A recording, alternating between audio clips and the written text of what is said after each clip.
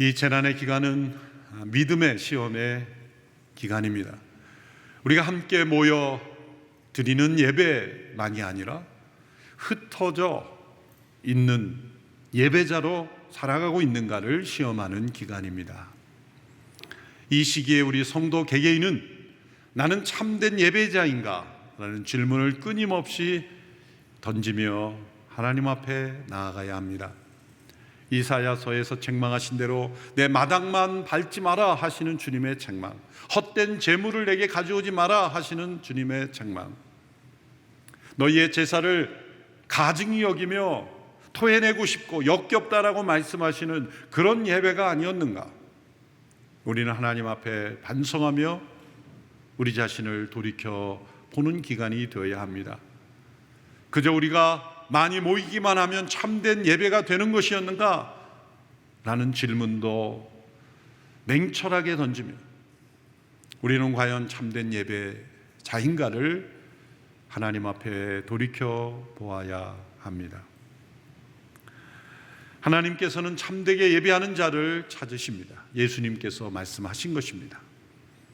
예수님께서는 참된 예배에 대한 교훈을 직접 주셨습니다. 신약 성경에서 예배라는 헬라어 단어가 13번 사용되는데 그중 10번을 예수님께서 이 교훈을 주시면서 사용하였습니다. 집중적으로 이 예배에 대한 중요성을 강조하신 것입니다. 놀랍게도 이 참된 예배에 대한 교훈은 우리가 잘 아는 대로 요한복음 4장에 사마리아의 한 여인과 예수님이 나누시는 대화 가운데 나온 이야기입니다. 사마리아의 우물가의 여인은 예수님께서 자신의 과거의 삶뿐만 아니라 현재의 삶, 그리고 자신의 영혼의 가장 중심까지 들여다보시는 분인 것을 깨닫고 놀랐습니다. 그리고 두려웠습니다. 그리고 자신을 감추고 싶었습니다. 그래서 대화의 주제를 갑자기 예배의 장소 문제로 바꾼 것입니다. 당시 유대인들과 사마리아인들이 어디에서 예배하는 것이 옳은 것인가, 그리심산인가 아니면 예루살렘인가 논쟁하였던 주제를 갑자기 끄집어내어 대화의 주제를 자신으로부터 바깥으로 옮기고자 했던 것입니다. 여인은 대화의 주제를 바꾸려고 했지만 공교롭게도 실상은 대화의 주제를 더 깊이 강화시키게 된 것입니다.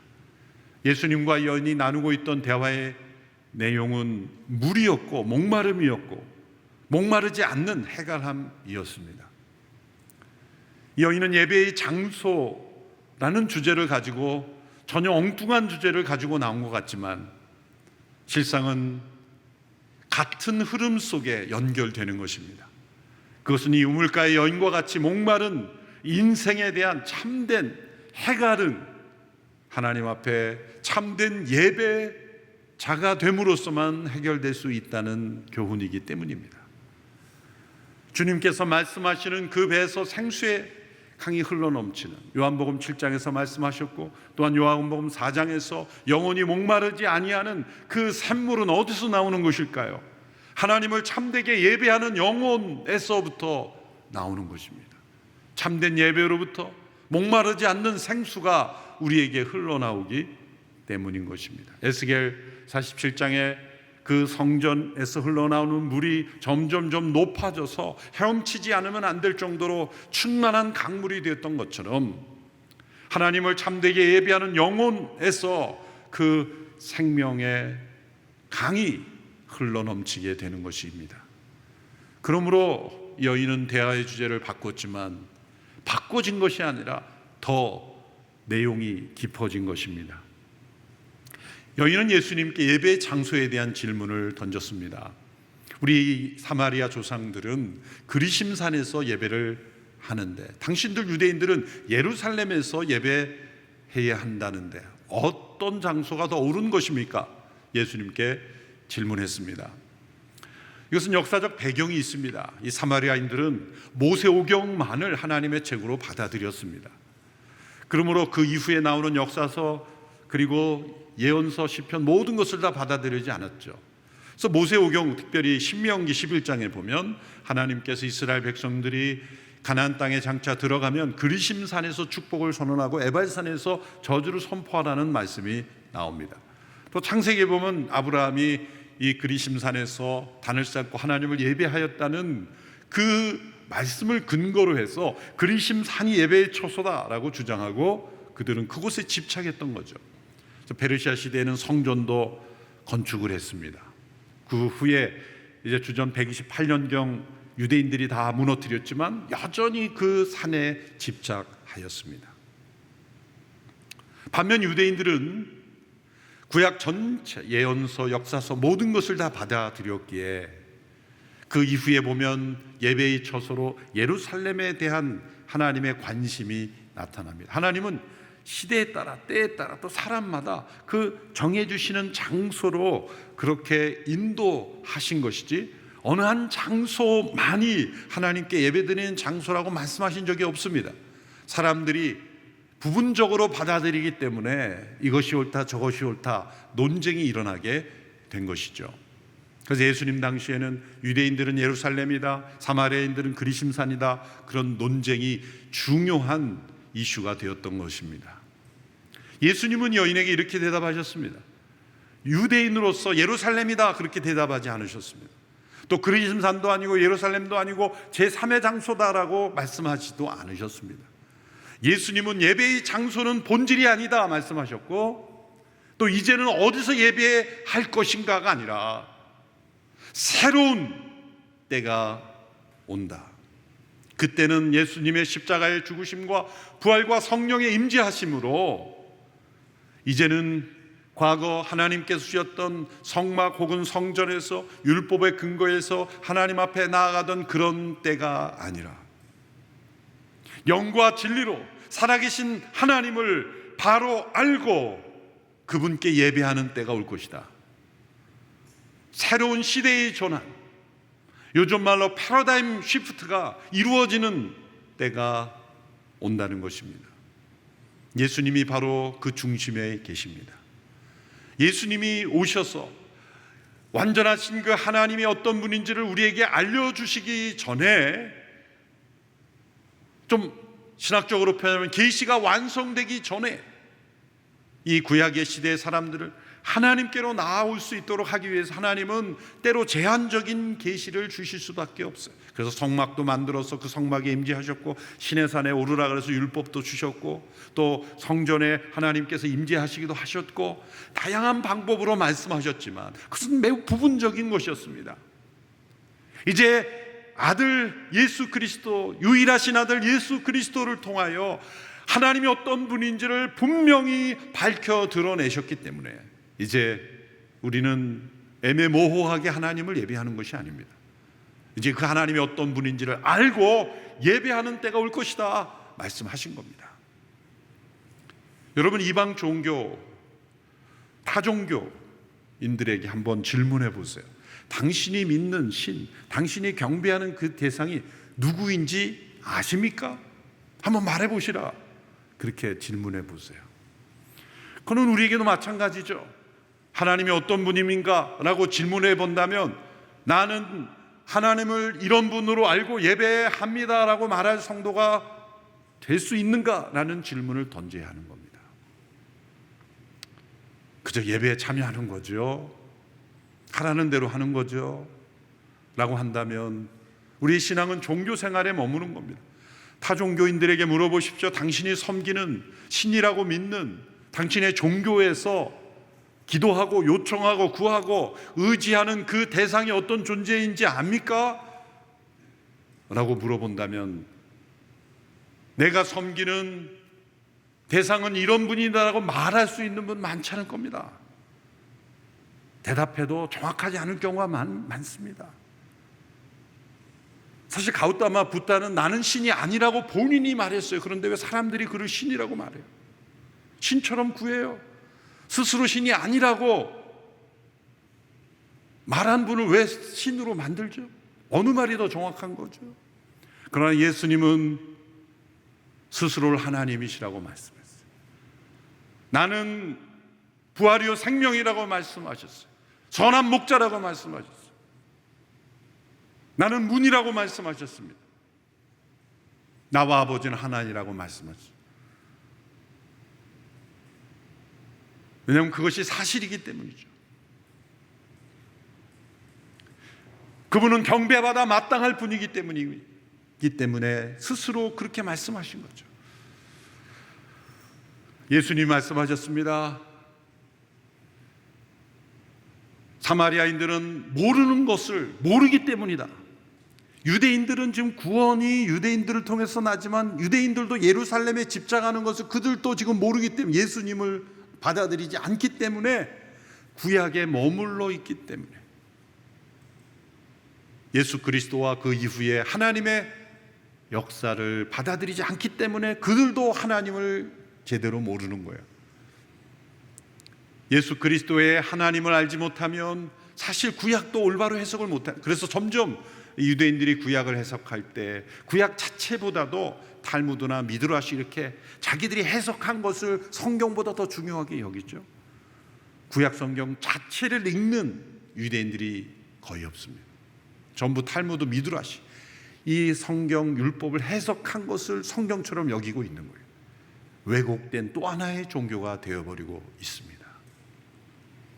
예수님께서 이제 참되게 예배하는 자들은 그 하나님이 어떤 분인지를 알고 이제 예배 드린다 말씀하셨습니다. 23절과 24절의 말씀 우리 같이 한 목소리로 함께 읽어보겠습니다. 시작. 이제 참되게 예배하는 사람들이 영과 진리로 아버지께 예배 드릴 때가 오는데 지금이 바로 그때다. 아버지께서는 이렇게 예배 드리는 사람들을 찾고 계신다. 하나님은 영이시니 하나님께 예배 드리는 사람은 영과 진리로 예배 드려야 한다. 요한복음에 예수님께서 해야 한다라는 이 강력한 당위성을 말씀하신 단어가 3번 등장합니다. 첫 번째는 거듭나야 한다. 니고데모에게 말씀하셨을 때 요한복음 3장 7절에 거듭나야 한다. 반드시 있어야 되는 겁니다. 하나님 나라에 들어가는 영혼은 성령으로 거듭나야 한다. 첫 번째 당위입니다. 두 번째는 3장 14절에서 예수님 자신의 십자가의 죽음을 말씀하시며 인자가 들려야 한다. 십자가의 죽음, 예수님의 죽음의 당위성을 말씀합니다. 온 인류의 죄악을 대속하는 죽음이 필요한 것이다. 성경은 그 죽음을 예언하고 있으며 예수님은 그 죽음을 이루시기 위해 오신 분이며 십자가의 죽음이 있어야, 예수님의 죽음이 있어야 우리의 죄가 용서받고 구원받는다. 그리고 우리가 거듭날 수 있다라는 겁니다. 그리고 세 번째가 24절에 영과 진리로 예배 드려야 한다. 세 번째 당위성입니다. 이 세 가지는 서로 연결되어 있고 한 문장으로 만들어지는 겁니다. 십자가의 예수님의 죽음, 부활로 거듭난 영혼들은 참된 예배자가 된다. 다시 말하면 십자가의 복음으로 거듭나지 않은 영혼은 참된 예배자가 될 수 없다. 십자가의 복음으로 거듭난 영혼은 참된 예배자일 수밖에 없다. 참된 예배를 드려야 한다. 이 세 가지는 연결되어 있는 당위성입니다. 모든 성도들은 십자가의 복음으로 거듭났다면 참된 예배자로 살아가는 것이 우리의 삶의 소명입니다. 우리가 어떤 일을 하는 것, 어떤 직업을 가지고 어떤 일을 행하는 것도 왜 하는가? 그럼 이것이 나의 예배이기 때문이다. 목수는 목공일을 통하여, 학자는 학문의 일을 통하여, 비즈니스맨은 비즈니스를 통하여 무엇을 하려고 하는가라고 말할 때 이것이 십자가의 복음으로 거듭난 내 영혼이 하나님을 섬기고 예배하는 삶이기 때문이다. 그래서 헬라어에서 예배한다라는 단어와 섬긴다는 단어가 함께 공용으로 씁니다. 그것은 예배 자체가 우리의 삶이고 우리의 삶의 모든 섬김의 목표가 참된 예배자가 되는 것이기 때문이에요. 주부는 때로 가정 일을 통해 예배하는 거예요. 하나님의 임재라는 글을 쓴 이 로렌스 형제의 글을 읽어보면 큰 기대를 가지고 읽는 분들은 실망할 수 있어요. 너무나 평범한 글이기 때문이에요. 제가 충격을 받았던 한 문장은 이겁니다. 이분이 원래는 다른 수도사들의 구두를 수선해주는 수도사였어요. 그런데 나중에 이제 건강에 문제가 생겨서 요리를 도와주고 주방에서 일어나는 그런 수도사가 되었는데, 거기 보면 이런 얘기는, 나는 오늘도 하나님을 예배하는 마음으로 프라이팬에 오믈렛을 뒤집었다. 가정에 주방에 살림을 하면서 하나님을 예배하고, 그리고 주방 일을 하다가 무릎 꿇고 하나님 앞에 찬송하며 눈물 흘렸다. 별로 감동이 안 되시죠? 우리가 늘 해야 되는 일이 하나님 앞에 예배가 된다는 것, 그게 하나님의 임재의 특징이라는 거죠. 학생은 공부를 통해서 하나님의 임재를 경험하고, 그것은 우리의 모든 일이 세상 일을 떠나 예배당의 모임으로 예배다 하는 것이 아니라 세상 속에 하나님 앞에 예배자로 나아가는 것, 이 예배의 시각을 넓힐 필요가 있습니다. 오늘 예수님께서 십자가의 복음으로 거듭난 영혼이 드리는 참된 예배를 구체적으로 설명해 주셨어요. 첫째는 하나님께서 아버지이심을 알고 드리는 예배입니다. 오늘 본문에서 여러 번 아버지께라는 단어를 강조함으로 우리가 예배 드리는 그 대상이 어떤 분인가? 그것은 아버지 하나님이십니다. 예수님은 구약의 하나님의 여러 이름을 다 합하여 단 한 단어로 예수님 아버지를 설명하셨어요. 아버지라고 설명하셨어요. 그 하나님을 아버지라고 부르셨어요. 구약의 유대 백성들은 하나님의 이름을 부르기 어려워 여호와라는 이름도 아도나이, 히브리어로는 여호와, 야훼라고 문자적으로는 그렇게 써 있는데 아도나이라고 전혀 다른 그런 이름으로 불렀어요. 하나님의 이름을 감히 부르지 못한다 라고 여겼던 그 시대에 예수님은 아버지라고 부르셨어요. 아버지. 그분은 하나님의 유일하신 아들이기 때문에 우리는 그분을 하나님을 아버지라고 부를 수 없는 이들인데, 왜요? 예수님은 하나님께서 낳으신 아들이지만 우리는 창조된 피조물이거든요. 그런데 예수 그리스도를 통하여 우리가 그분의 양자로, 자녀로 우리를 받으셨기에 이제 예수 그리스도를 믿는 성도들이 하나님을 아버지라 부를 수 있게 되었다는 겁니다. 하나님의 자녀라 일컬음을 받을 수 있게 되었다는 거죠. 그런데 하나님을 아버지라고 부르는 것에 많은 사람들이 깊이 와닿지 않는 것은 육신의 아버지와의 관계 때문입니다. J.B. 필립스라는 분이 쓴 고전, 당신의 하나님은 너무 작다, Your God is too small 이라는 책을 보면 우리가 가진 하나님에 대한 이 관점이 너무 편협하고 좁다는 거죠. 그래서 거기 여러 잘못된 왜곡된 하나님 상에 대한 게 나오는데, 첫 번째가 마음속에 경찰관 같은 분이다. 그래서 우리가 잘못하는 것만 뭘 잘못할까 지켜보다가 잘못하면 딱 덮쳐가지고 잡아가고 혼내주는 그런 하나님으로 그렇게 생각한다는 거예요. 두 번째가 어린 시절의 아버지. 어린 시절 아버지로부터 충분한 사랑과 돌봄과 올바른 교훈을 받지 못한 사람은 하나님 아버지 그러면 어린 시절의 아버지가 떠오르기 때문에 그 하나님 아버지 가까이 가지 못한다는 거죠. 실제로 완강하게 하나님을 믿지 않거나 또한 하나님을 지나치게 불필요하게 두려워하는 사람들은 대개 어린 시절 아버지에 대한 상처가 있는 사람들입니다. 무신론자들의 정신세계를 분석한 책을 읽어보면 역사에 영향을 많이 미치는 무신론자들, 니체나 또 그거 비롯한 여러 가지 그 이론이나 다른 사람에게 무신론을 전파하는 사람들의 거의 모든 무신론자들이 아버지와의 관계가 나빴다는 거죠.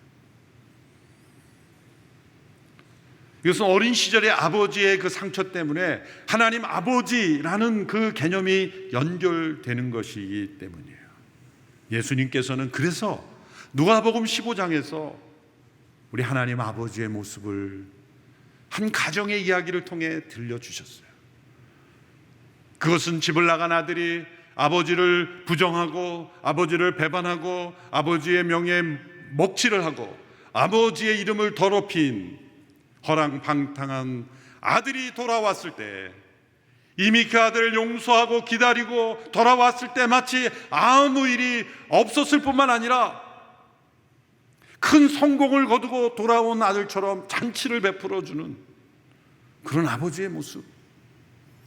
그래서 모범적으로 스스로 살고 있다고 생각하는 형은 도저히 이해할 수 없는 그런 아버지라고 그렇게 보여주는 모습입니다. 그것이 바로 올바른 아버지이십니다.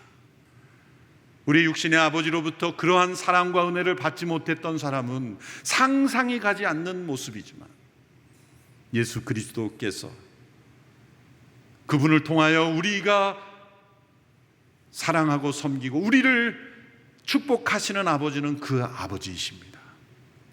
그 아버지께 나아가는 거예요.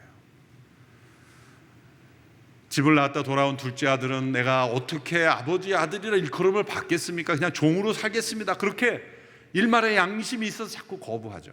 여러분, 하나님께 참되게 예배하지 않는 사람들도 그런 사실은 양심이 올바로 작동하지 않아서 이런 결과가 나오는 거예요. 어쩌면 이 코로나 기간 동안 예배에 전혀 상관없이 살다가 이제 다시 정상화 예배에도 그동안 내가 하나님께 나가지 않았는데 양심이 있지 어떻게 또 오랜만에 나갈 수 있나?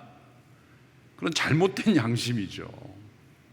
그것은 육신의 아버지에게 그처럼 내가 오래 떨어져 살았는데 내가 갑자기 연락할 수 있나? 그런 주저함이죠. 그러나 예수님이 우리에게 알려주신 하나님 아버지는 그런 아버지가 아닙니다. 언제든지 어떠한 모습으로든 어떠한 상황 속에서든지 나아갈 수 있는 아버지, 그 아버지께 예배하는 것입니다. 또한 하나님이 영이심을 알고 드리는 예배입니다. 하나님은 영이시다. 하나님은 영이시니 예배하는 자가 영과 진리로 예배할 것이라고 말씀하셨어요. 하나님은 영이시기에 모든 보이는 이 물질의 세계 이전에 존재하신 영원하신 생명이시며 보이는 모든 세상을 존재케 하신 분입니다.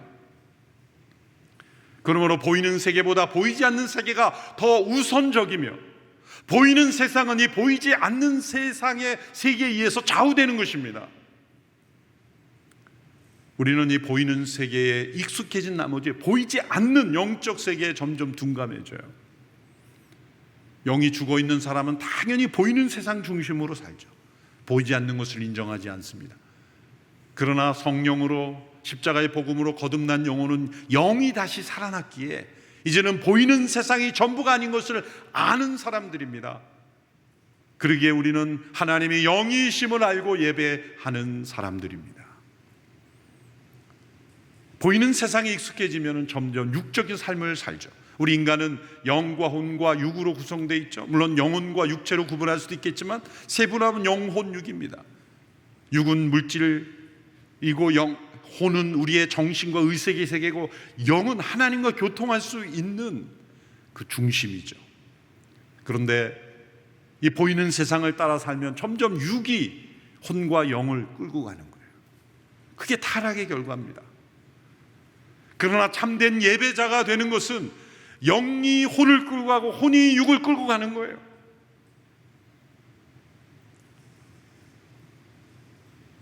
참된 예배를 드리지 않으면 육이 영을 끌고 갈 수밖에 없는 거예요.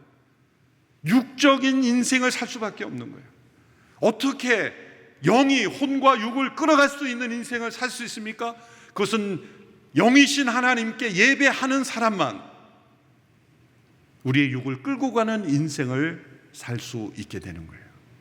영으로서 육을 죽이면 살리라 말씀하셨습니다. 육이 우리의 영과 혼을 끌고 가면 우리는 죽음에 이르는 인생밖에 되지 않습니다. 어떻게 우리의 영이 육을 끌고 가는 인생을 살 수 있습니까? 영이신 하나님께 예배하는 인생만이 영은 예배에 목말라 있어요. 여러분, 우리 성도들이 함께 모이지 못하는 그러한 갈급함이 어디서입니까? 육적인 목마름이 아니에요. 성도들과 악수하지 못하는 그 목마름이 아니지 않습니까? 영혼의 목마름이에요. 그러므로 영이신 하나님께 우리가 함께 모여야만 그 영이 하나님을 예배할 수 있다면 얼마나 우리가 장소 중심의 예배가 될 수 있습니까? 그러므로 영이신 하나님께 오늘 예배드리는 그 처소에서 하나님께 나아가십시오.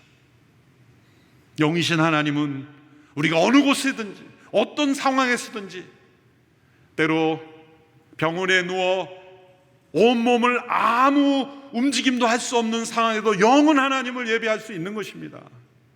전신마비가 되어 온몸이 움직이지 못할지라도 영이신 하나님이시기에 우리가 그 하나님을 만날 수 있는 거예요. 이방 종교일수록, 타락한 세속 종교일수록 육을 강조해요. 물질을 강조해요. 그리고 예배 그 공간을 강조해요. 그래서 타락한 이 세속 종교들을 보면은 그들이 섬기는 이 신전이 말도 못하게 복잡해요. 수많은 아이콘들을 만들어요.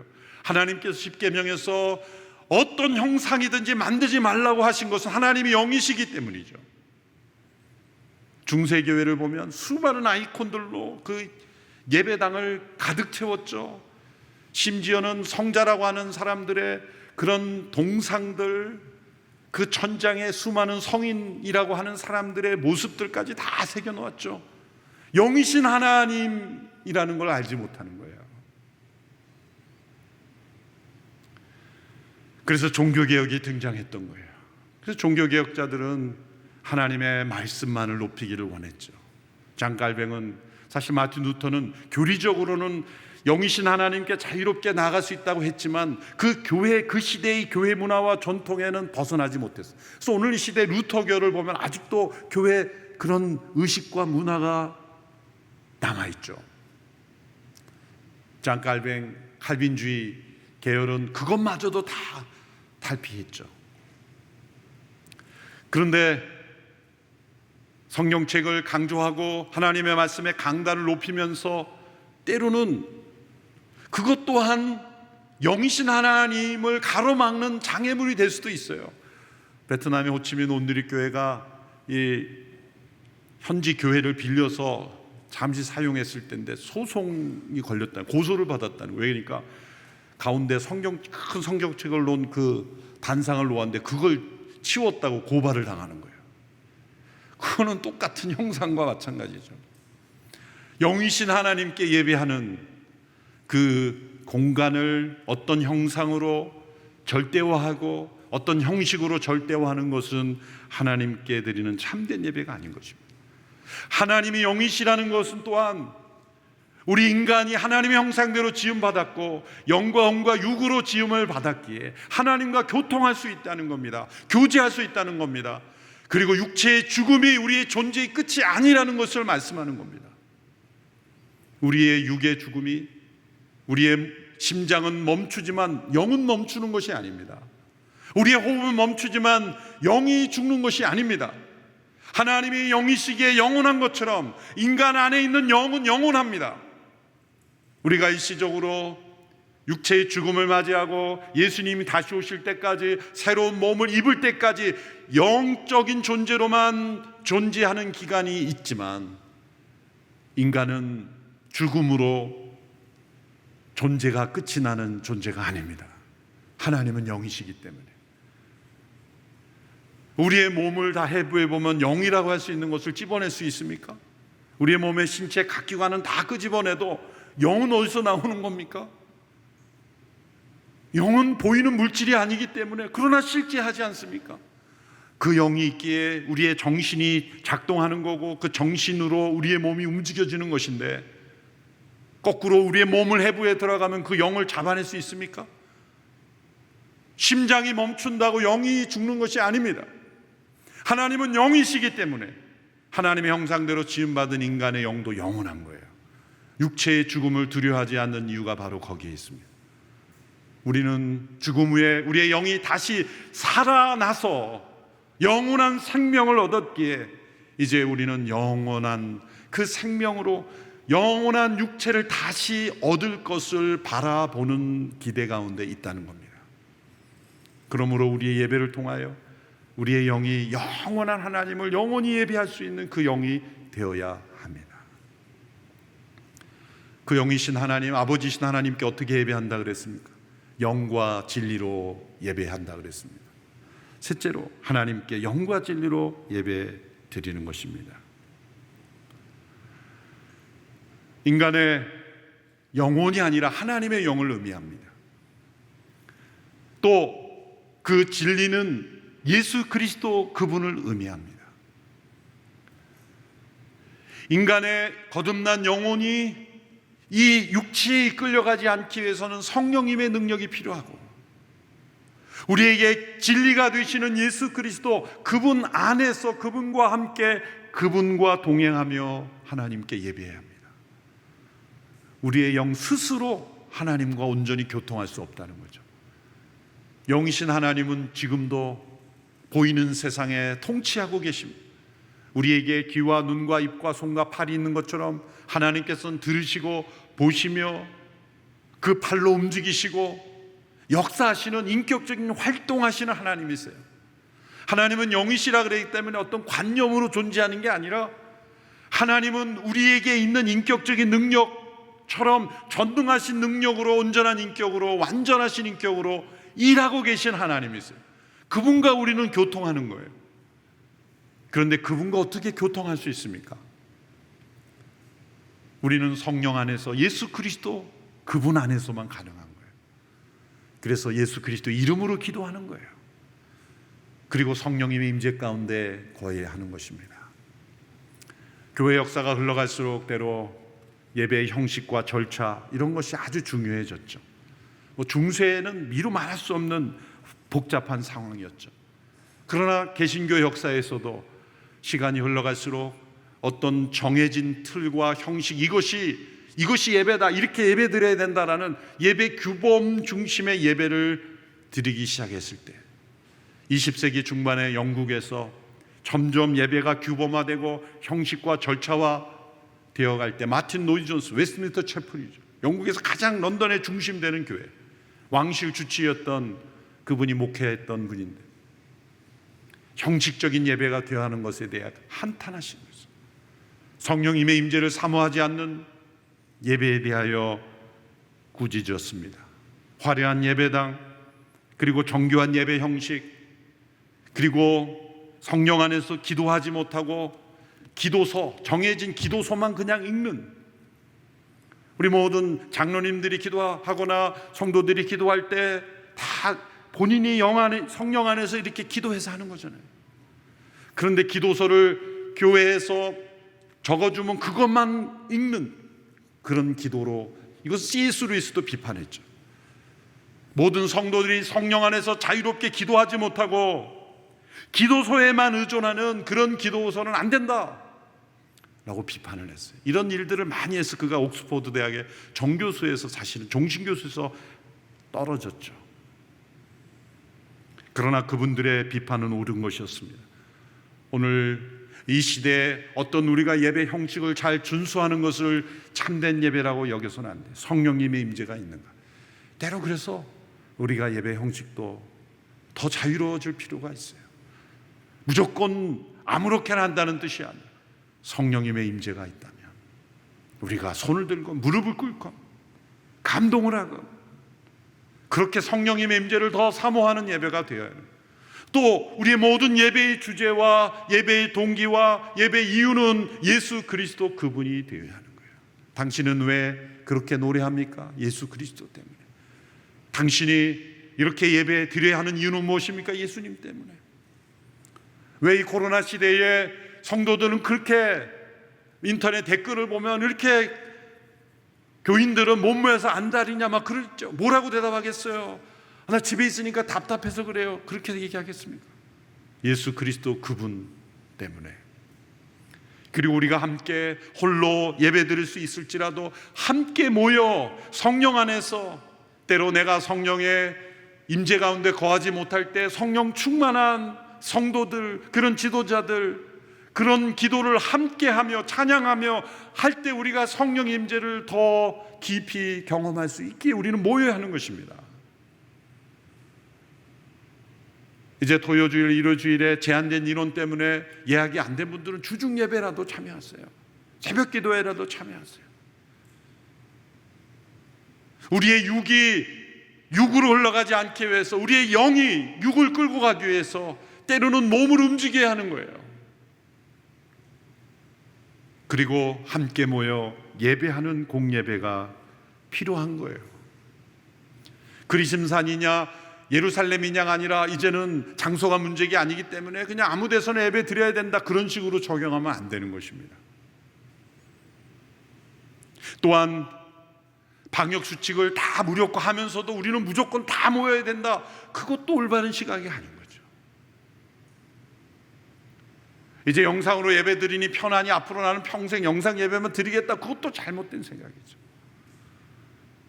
영과 진리로 예배하기 위하여 우리는 함께 모여야 하며, 또한 상황이 허락하지 않은 때라는 어느 곳에 있든지 우리가 영과 진리로 영이신 아버지 하나님께 나아갈 수 있다는 거예요. 하나님께서는 지금 이 순간 우리가 얼마나 많이 모였는가를 주로 보시는 것이 아니라, 홀로 있을 때, 따로 예배 드릴 때, 모이지 못할 때에도 너희들이 진정 살아계신 하나님께 영과 진리로 예배 드리고 있는가를 시험하시는 거예요. 참된 예배자로 우리가 다시 새롭게 될 때 하나님께서 우리가 다시 모일 수 있는 그때도 허락하시리라고 믿습니다. 그때까지 어느 곳에 있든지 우리가 함께 참된 예배자로 나아가는 주님의 백성들이 되기를 축원합니다. 기도하겠습니다. 살아계신 하나님 아버지, 영과 진리로 하나님을 참되게 예배하는 자들이 되기를 원합니다. 함께 모이지 못하는 이 기간이 참된 예배의 훈련이 되게 하여 주시옵시고, 하나님을 더 깊이 더 간절히 만나는 기간 되게 하여 주시옵소서. 예수님의 이름으로 기도하옵나이다. 아멘.